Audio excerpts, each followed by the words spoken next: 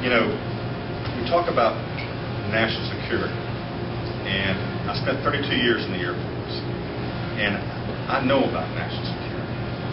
Now, you guys correct me if I'm wrong. I think I'm the only guy in this room that's ever been shot at in combat.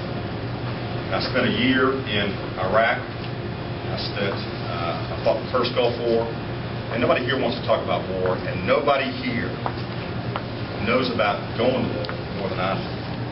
And frankly, I've been accused of loving war by one of Mr. Dodd's friends. And I want to tell y'all that if you've ever been shot at, if you've ever gone to Iraq, nobody loves war. It's a ridiculous statement. Now, when I got asked to go, I didn't much want to go. And my wife certainly didn't want me to go, and my children didn't want me to go. But at the time, the soldiers and the Marines were tapped out.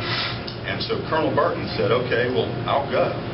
So that another guy who's already been twice could stay home with his family for a little while. So I didn't want to go, but I did it because it was the right thing to do. I love my country, and I'll always be with my country when they ask me to do something like that. But as far as, y'all, Iraq was the wrong war, and we should never have fought Iraq. But my country asked me to go. When your country asks you to do something, you step up and you do it. So we have wasted a ton of money in Iraq. We didn't need to fight that war. But the war in Afghanistan is apples and oranges to Iraq. Completely different. We're fighting a different enemy in Iraq than we are in Afghanistan. And by the way, y'all, because of guys like me and my brothers and sisters have stepped up to the plate, we're leaving Iraq now, and we're turning the country over not an American-style democracy, but they're going to have a democracy, and those guys are going to work it out Iraqi style. Now, let's talk about Afghanistan. Afghanistan is at one of the crossroads of the world, and if you know your geography, just to the south and east of Iraq, bordering Iraq, is the nation of Pakistan. Pakistan has 70 nuclear weapons. 70 nuclear weapons. The Afghanis have already shown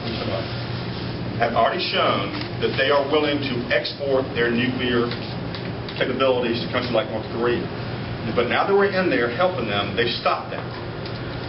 And if we just pull out of Afghanistan, that will remind our enemies of what we did in Somalia. We pulled out of Somalia, we've got our noses bloody.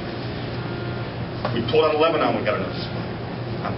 Friends, I'm telling y'all, if we walk away from Afghanistan, then we are going to destabilize the entire region with the likelihood that Pakistan will be overthrown by the guys there that we're fighting, the Taliban. And if that happens, 70 nuclear weapons somebody's going to own, and we're not going to be able to control them with the Pakistani government. As a nation, we cannot stand losing control of those 70 nuclear weapons. And if you think it's expensive now fighting Afghanistan, think how much money in lives it's going to cost us when somebody gets that nuke and sails that ship up the Hudson River close to New York City. So, folks, I'm telling you, and I've been out there fighting these wars. It's a whole lot cheaper now to have that stuff happening over there than it is to bring it home here in America. And nobody loves war, Robert. Nobody loves war. But I'm the guy that y'all need, that y'all sent to go fight these wars. And I'm sorry that I've been talking about this so much because I don't like talking about negative stuff. But Lord have mercy, it scares me to death. So when y'all need me again, I'll be there. Thank you very much.